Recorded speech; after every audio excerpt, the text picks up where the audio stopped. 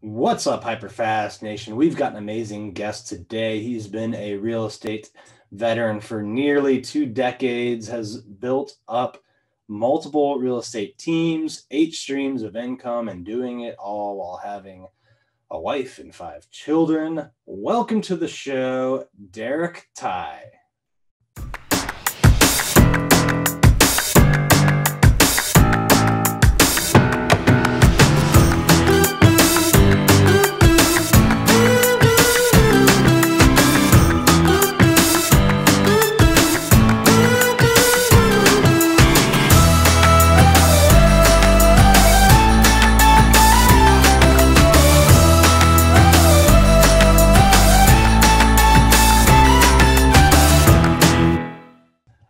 Welcome to the show today, Derek. How are you doing? I'm doing awesome. How you doing? I'm doing great. Where are you joining us from today? I'm in Cincinnati, Ohio, in a little suburb called Loveland. So you gotta love it. Loveland. I love the sound of that. I'm sure you get that a lot. Yes. There's 2 Lovelands in the United States. Sometimes we get confused with the other one in Colorado, but this one's Loveland, Ohio. Loveland, Ohio. All right. Well, tell our listeners and watchers here in the Hyperfast Nation a little bit about yourself and how you got to where you are today. Well, I've been in business since 2004. So this is actually my 17th year in business. My wife and I started our team together here in the area. I came out of the corporate world. So I started my first, I guess it was about 8 years in corporate banking, corporate marketing. You know, I had the bachelor's degree in business and management. I hated the corporate world. I felt very stifled there. Couldn't use my creative energies. And my wife and I loved real estate. We had bought and sold a couple houses, and we bought our first house when I was 20 and she was 18. We got married really young. And so, we've always been into real estate, and we thought, hey, let's start selling it. And within about 6 months after starting our real estate career, we quit our full-time jobs that we had. And we both just, she actually was a stay-at-home mom and I was a full-time banker, and we've never looked back. So you did it part-time for a while and then made the jump? Yes, about 6 months until I could get my income up. I mean, so we have, right now we have 5 kids, but at the time I think we had 2 or 1. I got to go back and do the math. 2 kids at the time. And, it was a little scary just to have no income and no benefits and no security at all. So I thought it would take a little bit of a transitional step there until I knew we could do it. And then we went all in. Yeah, that's kind of how I got my start. I know a lot of real estate agents get started that way. So that's a common path, it seems. So you've been in for a while, 17 years. What do you think the biggest lessons over that time period are that you've learned? Is it, I know you've progressed from being a solo agent or just working with your wife to income now, right? Yeah. So here's the thing, there's a lot of lessons to learn in the real estate business. The biggest one is you got to put people first, right? So the people that you're serving, their needs have to come first. There's a lot of goal setting that happens this time of year, and people are, like, hey, I got to hit this average sale price, and I got to hit this many transactions, and I got to, grow a team, and I got to do all these kind of things. If you're not serving people at a really high level, and it sounds, maybe it should be on a Hallmark card or something, but the truth is, if you're not serving people and what they need, specifically in the real estate business, and that may not be a sale, that might be just some advice that tells them not to sell. It might be to tell them to keep the house that they wanted to list with you and rent it out instead, because they need to build long-term wealth. There's a lot of things that we do in this business to put ourselves first. And I'd say the biggest piece of advice I've learned is always put your client first. Yeah. And, just to echo that, like, because you mentioned in there, like, sometimes serving them first might be telling them not to buy or sell a home. And, that's the kind of decision that, coming from a place of gratitude and wanting to help should be the primary motivation. But the reality of it is there's a selfish reason to do that as well, because, pressuring them into taking action in the short term might be good for short term, but having them do the right thing now, such as not buy or sell, if that's the case, that's going to have so much more of a positive long-term impact on your business that it's going to like far surpass, any short-term gain through, extra commission now. Definitely. So so it's, you should do the right thing, but there's a huge long-term business benefit usually to doing the right thing. That's, I mean, repeat and referral clients are our number one, number two source of business every year. And, I feel like we've earned those, and I steward those opportunities very, very carefully. And especially when I've been referred business by a past client or a friend or family member, it's like, I really want to take extra care to make sure that, that person that's referred me, it's their reputation on the line too. It's not just mine, it's theirs. So if repeat and referral are your two biggest lead sources, what comes after that for you?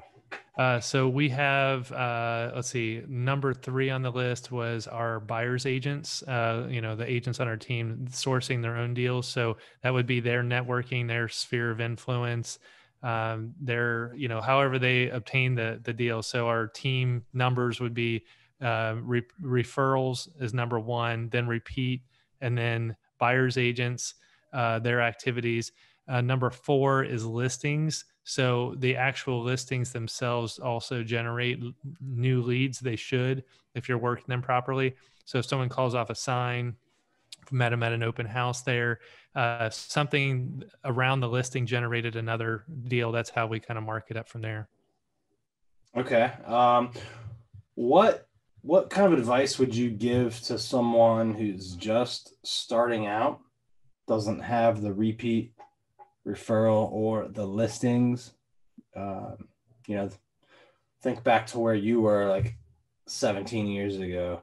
Sure. What would you tell an agent today just starting out? Where should they get their business from? So I wrote a book called The 7 Levers for Success in Selling Real Estate. And in the book, I go through 7 specific steps or tools that someone should use. We call them levers in the book.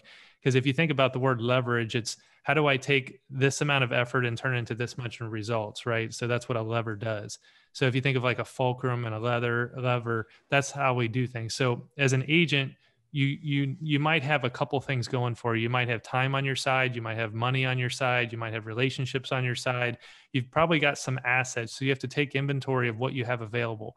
So the reason I mention that is because I can give advice to one type of person, but it may not make sense at all to the other person. So if you have 40, 50 hours a week to spend, but you have no money, then I would say start building your database, like calling literally, I use the Yellow Page example, but using Yellow Pages as a stimulation to say, do I know any accountants? Do I know any appraisers? Do I know any attorneys? Do I know any apple farmers? And you literally write a list and you start going down, and then you make the call to them. And there's a script that we use to basically help build you a database. If that's all you have is time, but no money.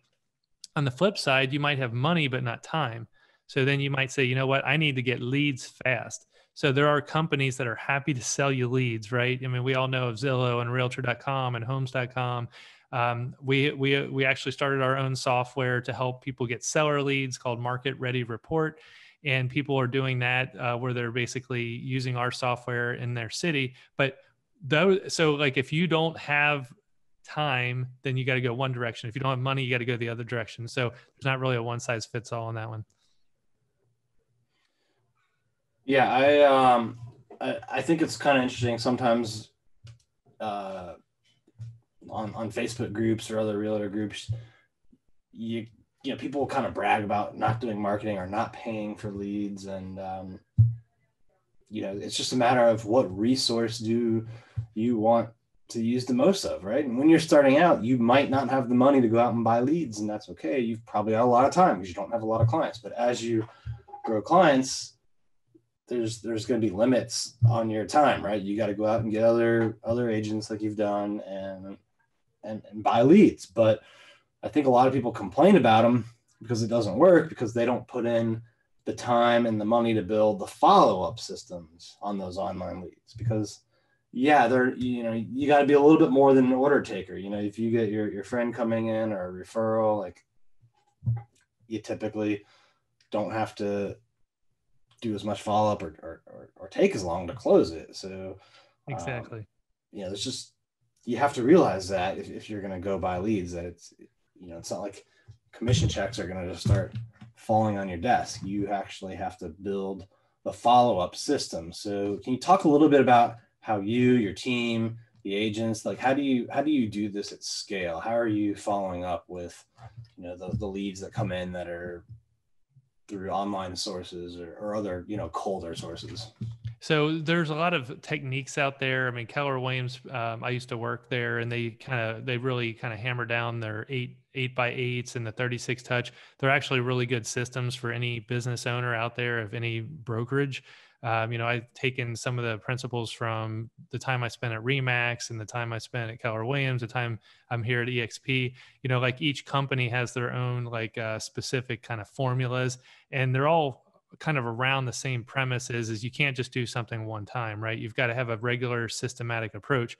Whatever system you choose out there, there's ninja marketing, there's all these follow-up systems. The key to all those systems is you have to be regularly consistent upon it. So Follow-Up Boss is the system I've been using for, I think, 6 or 7 years now, where a lead comes in, whether it's from like YLOPO, whether it's from Zillow, whether it's from Realtor.com, our website, however we input it in, it funnels it into a system where then there's a regular touch program on that, both with AI text messages and in-person, phone calls that we can make, emails, drip campaigns. But ultimately, at the end of the day, you have to keep following up with these leads, because it usually takes somebody statistically, 5 to 10 times of you reaching out to them before they're going to, actually engage back with you. And most people give up after 1 or 2 times. Yeah, we've seen that on our team. The inside sales agents do most of the follow up for us, and it's 5, 6, 7. So I think sometimes like 15, 20 follow ups. And so you got to build out a system to do that. Phone, text, email, and stick to it, or Zillow won't work for you, or whatever other source it is. And can I add one thing to that too? Yeah. So the big key to making calls and engaging with people that are new leads is you have to add value. And this gets back to the first thing you asked me on the phone. How do I serve people? So if you're going at it with a mentality of, I've got to capture this lead and I've got to put them into my, from unmet to met, or whatever your statistical formulas are, that's really the wrong goal. The goal is how can I find a way to add value to this person's life as soon as possible? And I tell my agents all the time, you have to offer them something of value. Why else are they going to call you back? Why else are they going to respond to your text message? Why else are they going to respond to an email? If you're just saying, hey, I want to get to know you better, someone's like, I know enough people, I don't need to know another person. There's no value in that. But if they say, one of our little magic secret tricks that we've used over the years, and this is, you have to come from contribution and value, but it has to be real. It can't be a fake thing. Like, you don't want to throw the fake bait out there.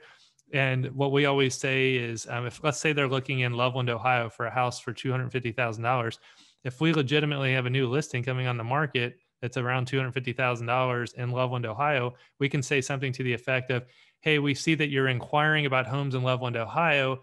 We happen to have a new listing that's going to hit the market. If you'd like to know about it before it's ready, assuming you've gotten the right paperwork, whatever, we'll put that little disclaimer on there, then give me a call. That's just one little tidbit, but it could be anything like that. Or it could be, hey, I've got some more investment properties we're about to list next month. I see you're an investor. If you're interested in getting to see these or want to know about them, to be one of the first people to know about them, let me know. So it's a nugget of, here's what I can do for you, and then you pull back. Yeah, and I think the way you get there, and you implied that you do this because you knew that what they were looking for, is you got to ask questions, right? Mm-hmm. If you don't take the time to follow up their timing, their motivation, what they're afraid of, what they want, all that kind of stuff, it's going to be hard to know how to add values. You might be trying to add value, but you're putting a round peg in a square hole or something like that because you don't know what it is they need. Exactly. What have been the keys in the last year since we've gone through coronavirus lockdowns, all of that? Like, what have you shifted or done differently in your business, and what has the result been? So I'd say, sorry, I did put that on Do Not Disturb. I don't know how that happened. So what have I done to shift my business in the 2020 coronavirus kind of stuff? Well, first of all, we actually let 2 agents go kind of toward the beginning of the year that were they're great people. I still like these people to this day, but they weren't hitting standards of certain number of calls and certain number of appointments and certain number of, obviously, what comes after that, sales, right? And then 2 agents that we were part of our team decided that right when the coronavirus craziness lockdowns hit, that they weren't getting enough leads at that time to keep them going within that first couple of weeks of literally government shutdowns. So they decided to go off on their own and try to find their own business. So right in like early March, it was like, okay, we're going to go through some big transitions this year. That left me with basically one other agent on the team and the administrative assistant that was like our team manager. And so we thought, hey, now's a good time for us to make some big changes. So we went from a very traditional type of office setup where we had 3 offices and lots of infrastructure, lots of paid kind of what's the word, like a nut to crack every month, right, to completely almost like a virtual model. So we moved our business model from the Keller Williams model to an EXP model. We went from a big paid office space to a very small sub office of another office. We took our expenses way down, and we were able to basically, and that became like actually a really good timing for us because the market itself in Cincinnati, the number of listings that came up for sale dropped way down. Buyers became, kind of nervous and scared. So during that time of a few months when everybody's kind of freaking out, we were able to retool our business, restructure how we were paying for everything. And then actually on the back end, now we're adding agents again, kind of coming out of 2020 into 2021. What, if you were to pull out your crystal ball now, what do you think is going to happen in the next 12 months in the real estate market, and what are you doing with your team, your business to prepare for whatever your outlook is? So that's a great question. So what we've done is, we at the end of 2020, I hired an ISA again to start basically going back through all of our, I think we have about 16,000 leads that are in our system right now that are contacts and leads from all these different lead sources we've been buying over the years. So an ISA to kind of comb back through and kind of re-warm up as many of these leads as possible. The buyer's agent that, like our kind of long-standing buyer's agent that we've got right now, he's going to be taking most of the buyers on and some investors. I have another agent on the team that's been focused more on commercial and listings. He's going to be basically taking all the warm leads from the ISA on that side. And then we're hiring a new guy who's going to be kind of like a new junior agent that we can basically use for getting him out on some, buyer runs and basically doing some work in the office as he learns the business as well, as he's a younger guy. So we are expanding in terms of numbers, but we're also kind of keeping some of the virtual and kind of the lower monthly cost. See, what's the right word for it? Some of those procedures and practices we put into place last year, we're going to carry forward. But I do think that the sales are going to go up for a couple of reasons. I think the economy is going to continue to be at least consistent to where it is now, which in our area is pretty good. The number of homes for sale might go up a little bit, which is good because we need more homes to sell. The interest rates, I think, are going to stay fairly low. But I've been through 2 of these cycles now in my career, and I don't think it's going to last forever, but I think this particular year, I think we've got a little bit of runway still to go. All right. What's your team's goal for the year for 2021? In terms of like number of sales and that type of thing? Yeah. Sales volume. We've adjusted down our numbers from where we were a couple of years ago, but our goal this year is 22 million in sales, which is basically about 72 transactions, average sale price. I think it's $333,333.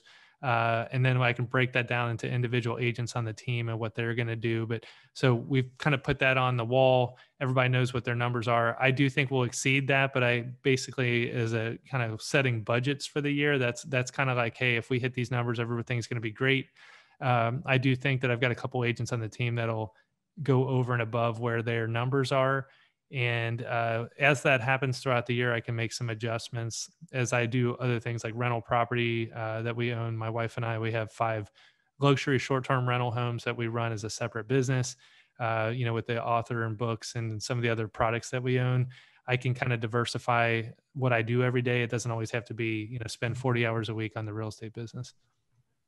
Well, let's talk about that for a minute before we wrap up here, because I know you've got, I think you said 8 streams of income. Yes. So obviously real estate sales is one of them. You mentioned rentals, the books, but like what is the big picture kind of overview of your other streams of income? Yeah. So basically my primary source of income is still selling real estate and the team sales. And then the income that comes off of that, that's been the consistent one over all these years. That's actually the cash that we've been able to take off the table each year. We've been able to invest into other things. And that's one thing I would highly encourage the agents watching this is, don't just think of real estate sales as a goal in and of itself. I mean, it's a vehicle and a tool to help build other streams of income and other wealth areas. So whether you're putting that into stocks, bonds, Bitcoin, whatever your thing is, whatever you feel comfortable and happy about, do that. But don't just take the money and then, build a great personal life with it. You got to diversify. So that's a little sidebar. But the other income streams, obviously the 5 rental homes, that's one source of income for us as well. That's done pretty well. We also have, when I was part of Keller Williams, I had recruited 20 agents into Keller Williams. And those agents are still there. So I'm getting a what they call a profit share revenue check every single month based upon the activities of those people. So I'm very grateful for that I was able to do that for years and still make a nice income every month off of that. With the EXP business, it also has a revenue share aspect. So I've been able to bring in several agents already just since I started in May of last year. And that's another residual income stream that we have. The book sales, like I mentioned there, that's another income stream that we have. We sold a software package to some other realtors here in the country. We just started doing that at the end of last year, and that's another residual income stream. It's basically kind of a license rights to that. And we've got a couple other very small things, like my wife's in her nutritional business. She has a couple products that she sells online that pretty much are mailbox money. She puts out a podcast, people go on the podcast, they buy the products online, and there's literally no touch to it at all. It's 100% mailbox money. The money just comes right into our checking account every day, every week, whatever it is.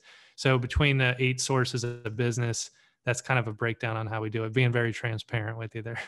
Yeah, no, that's cool to see, because not as many agents as I would like to think about that kind of stuff, and it's important to do. You don't want to be selling homes, until the day you die, and unless that makes you really happy. But you want to do it because you love doing it, not because you have to. So, well, that's the thing, is you get to choose every day what you want to do with your time, and the wealthier you become, and the more income streams you have, you get to literally choose what you want to do every day. So if I get a call from a past client, they're like, Derek, I want to go look at this $500,000 house. It's right down the street. I'm like, awesome. I get in the car and I go. I know some agents think it's like a sin to be in the business, past a certain number of years and then still show a house. I actually like doing it. I love being with people that I enjoy spending time with.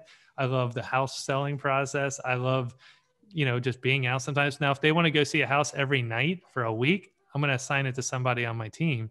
But if it's kind of here and there and jobs that I want to do, I get to cherry pick off opportunities, and it's fun and it's good living. So why not, right? Yeah, no, I agree that the more diversified, the more and bigger streams you have, the more control you have over your time, and you get to choose and kind of design your life, which is what the goal of this should be. Before we wrap up, I want to conclude with our hyper fast round. If you're ready for some rapid fire, let's go for questions. All right. What's the biggest piece of advice you'd give to a new agent? Is to serve people first and make sure they have their heart in the right place before they go after all these crazy goals. All right. What is the thing that you think, the biggest mistake, I should say, that you think experienced real estate agents make?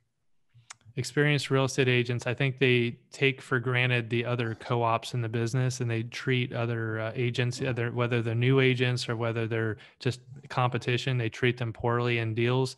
And in the long term, that really bites you. You get the wrong reputation and no one wants to work with you. And your clients end up suffering, because if you're representing a client at a high level, but the other agent hates you because you've been a turd your whole life, then you're really hurting the people that you're representing. Yeah, that's a great way to look at that. What's the biggest piece of advice you'd give to a real estate investor? I would say know what kind of property you want to be associated with and touching every month. You know, some people like us, we're crazy. We're in this luxury short-term rental market. It's like running a 20-room hotel in a really posh hotel because of the price range of people we're dealing with. So they have high demands. There's other people that are more slumlords on long-term rentals, and they only want to see their house once a year just to make sure it hasn't been burned down. So I'd say for an investor, you really got to know what's your tolerance of pain level, and what do you want to find yourself doing on weekends and evenings when things don't go well. What's the biggest business challenge you've ever had, and how did you overcome it, or what did you learn from it? I would say probably I jumped into too many shiny objects. So the biggest business challenge would be I had these contracts set up with Zillow, Realtor.com, Homes.com, CoStar, LoopNet, where these long-term, financial commitments to get marketing, networking, lead generation services. Even I hired an ISA remotely one time that was a long-term contract that I ended up having to threaten a lawsuit against to get out of the deal. So entering into these long-term contracts without a lot of research, thought, or just making sure that, that's probably been my biggest mistakes I've made. All right. Last one. Where do you see yourself in 5 years? I see myself probably doing a lot of what I do today. I get to pick and choose how I work every day. I drop my girls off? I have 5 kids, my 2 youngest girls. I get to take them to school in the morning, which I enjoy having those conversations every day. I don't have to be in the office at 6:30 in the morning to feel like I'm a winner. I can be in there at 8:45, start my day. I get to leave when I want to leave, get to take on the clients I want to take on. I get to coach the real estate agents I want to coach. I mean, to be honest with you, that is, I love what I do every day, and I'll probably end up traveling a little bit more with my wife as the kids are a little older.